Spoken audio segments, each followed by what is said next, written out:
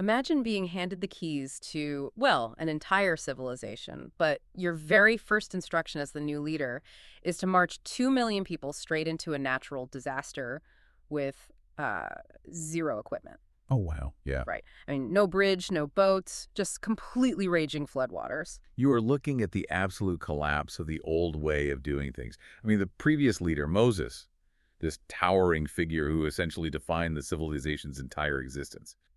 He's dead. Yeah, the guy who, parted the sea and all that. Exactly. So all that institutional knowledge, that central authority, is just gone. Joshua is suddenly in charge, and the very first thing he faces isn't some kind of victory lap. It is a catastrophic logistical nightmare. Which is exactly what makes the stack of notes that you, our listeners, sent us so incredibly compelling.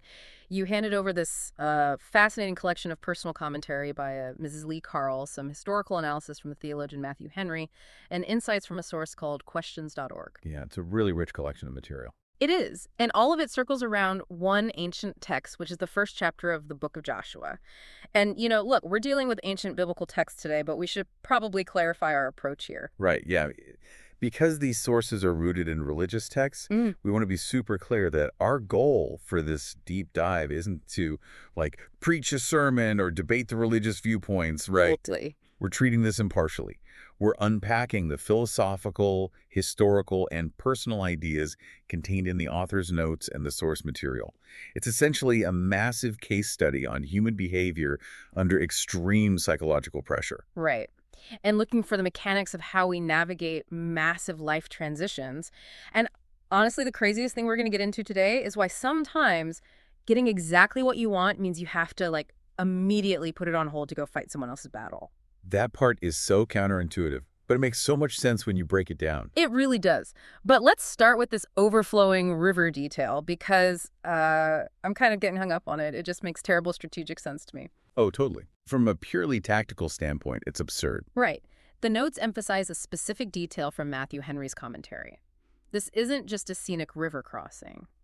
At this exact place and at this exact time, the banks of the Jordan River were overflowing. Yeah, it's a flood stage. A high water test, as the notes call it.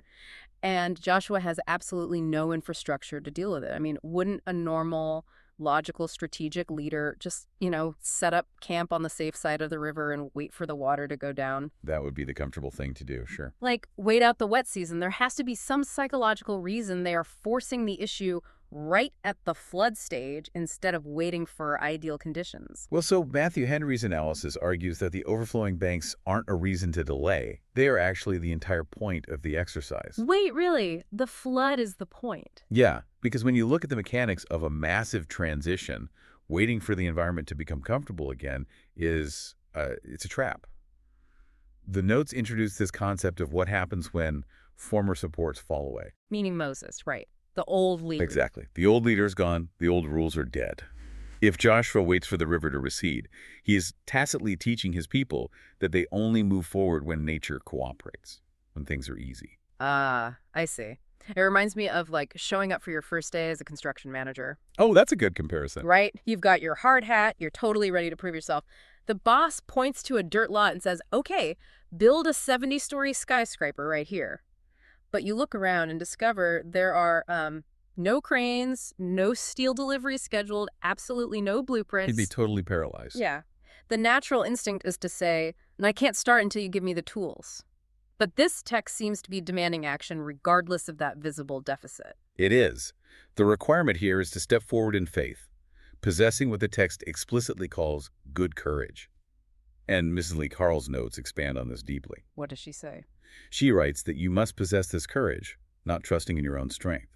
It's a fundamental rewiring of how a leader assesses readiness. Because usually readiness is entirely based on your own strength and resources. Right. You stop looking at your physical inventory, the boats, the bridges, the cranes in your example, and you start operating on the assumption that if the command to move forward is valid, the pathway will materialize in the process of moving. Wow. Not before. Not before. The transition happens in the floodwaters.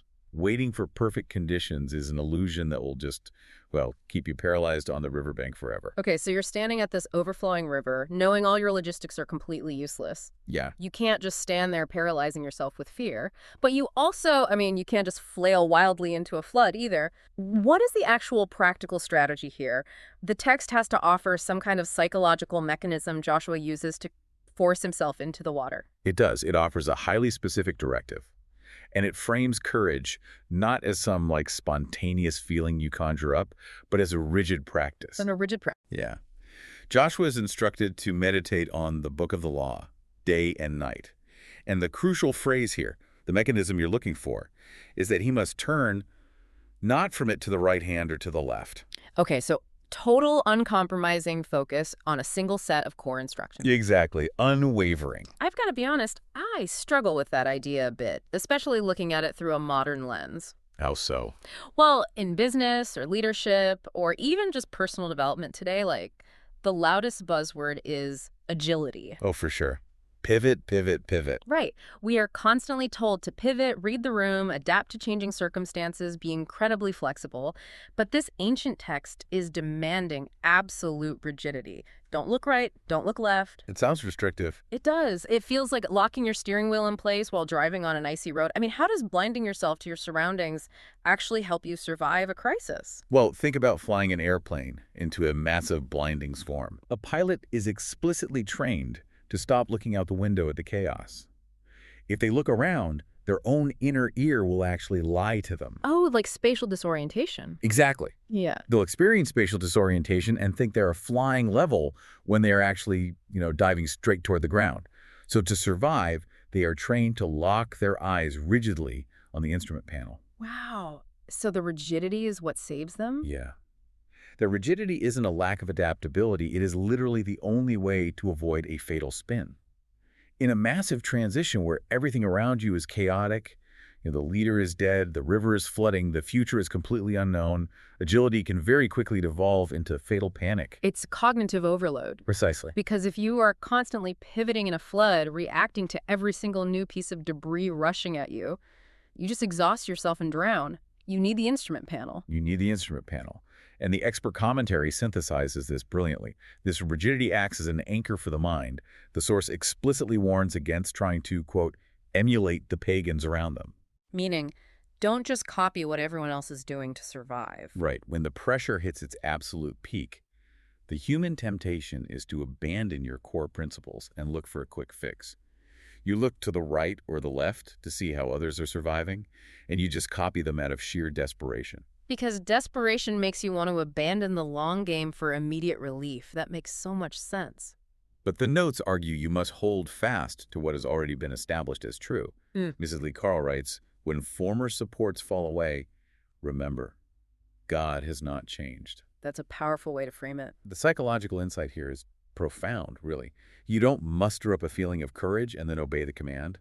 You commit to the rigid path of the instrument panel, and the courage is actually a byproduct of that unwavering focus. Oh, I see. The obedience itself manufactures the courage by stripping away all those distracting variables that cause panic in the first place. Exactly. You remove the options, you remove the panic. So let's look at the ripple effect of this, because obviously a leader doesn't transition in a vacuum. Just when the text seems entirely focused on Joshua's internal mental state, his instrument panel, the narrative pulls back. Yeah, it takes a massive left turn into community responsibility. Right. We are suddenly dealing with the complex sociology of the entire community following him. We enter into the logistics of verses 14 and 15, which introduce the Reubenites, the Gadites, and the half-tribe of Manasseh.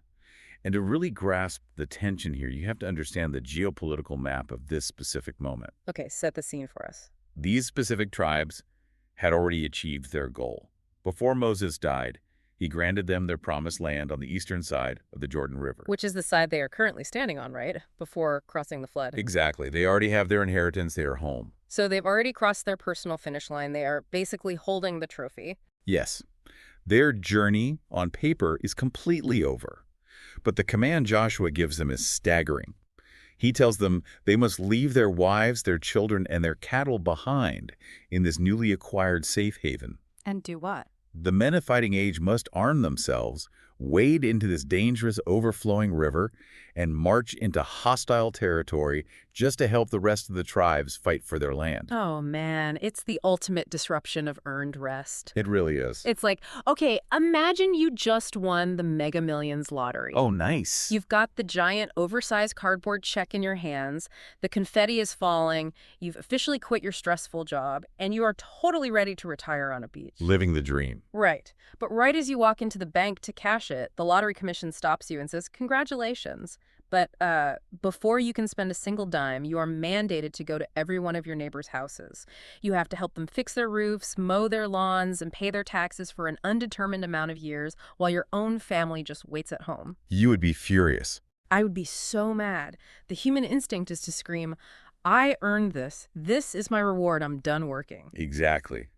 And Miss Lee Carl hones in on that exact tension with perhaps the most profound philosophical takeaway in her notes. What does she say? She writes, sometimes our blessings are entangled with the lot of other human beings. Wow. Yeah. It completely destroys the modern myth of the self-made, isolated success story. The framework of this ancient text dictates that true success is fundamentally communal, not individual. That makes a lot of sense. Like if the border of your neighbor's property is at war, your peace is just an illusion anyway. You can't actually enjoy your rest if the larger community is still fighting for survival. Exactly. It completely redefines the mechanics of a healthy society. You literally cannot consume your gift while your community is still in the trenches. So your success is tied to theirs. Yes. Miss Lee Carl's notes spell out the sequence perfectly. First, then return to receive God's gifts. You have to strengthen your brethren as you wait. It reframes the entire concept of the waiting period in our lives. Because we usually think of waiting as like just killing time. Right. We often view waiting as passive, useless time, where our own life is just put on hold. But here, waiting is active service. You were in the waiting period because someone else hasn't reached the finish line yet, and they desperately need your armed support. Which fundamentally changes how you view the people around you. It does. They aren't obstacles to your rest. Their victory is the actual prerequisite for your rest. But, I want to zoom in on how Mrs. Lee Carl handles this material. Yeah, her personal application is fascinating. It really is, because we are talking about massive scale here. Parting rivers, ancient battles, entire tribes marching in armor, nation building. It is sweeping cinematic history. Epic stuff. But then she takes all of this towering theology and applies it to something so intimately personal and, frankly, so unglamorous. The transition from the macro scale of ancient geopolitics to the micro scale of her personal life is just striking. She takes the mechanics of the high water test and applies them to, of all things, a 90-plus degree summer day in a modern apartment. Right. She writes about needing this exact same good courage just to get through a brutal heat wave with absolutely no one there to help her lift and place her heavy window AC units. It creates such a fascinating juxtaposition. You go from the mighty men of valor crossing the Jordan River to a solitary individual sweating in a room, struggling with a home appliance. And yet, the psychological mechanism she describes is identical. That was the real aha moment for me in these notes. How so? Well, the high water test isn't always a literal river flooding its banks or a hostile army on the horizon. Sometimes the high water test is just the crushing, unglamorous isolation of a brutal day when you desperately need physical or emotional help and absolutely no one is coming. Yeah. When she writes that former supports fall away, she isn't just talking about Moses dying thousands of years ago. She's talking about looking around an empty apartment, feeling the oppressive heat, and realizing the people who used to help carry the load simply aren't there anymore. Exactly. And she doesn't diminish her own mundane suffering by comparing it to these ancient texts. She elevates it by revealing the shared psychological state of being stripped of external support. That's a great point. The notes actually reference Matthew Henry's explanation of Jesus as the ultimate exemplar of this. Henry points out that Jesus had to, quote, tread the winepress alone. Tread the winepress alone. Yeah. That phrase refers to bearing the absolute heaviest burden without any human support system and maintaining courage through the deep isolation. Mrs. Lee Carl draws a direct line from that ultimate example of solitary endurance straight to her own reality of bearing under the summer heat alone. So the spiritual muscle required to lead a nation across a flooded river is the exact same muscle required to endure an isolating season of life without, completely losing your mind. Exactly the same muscle.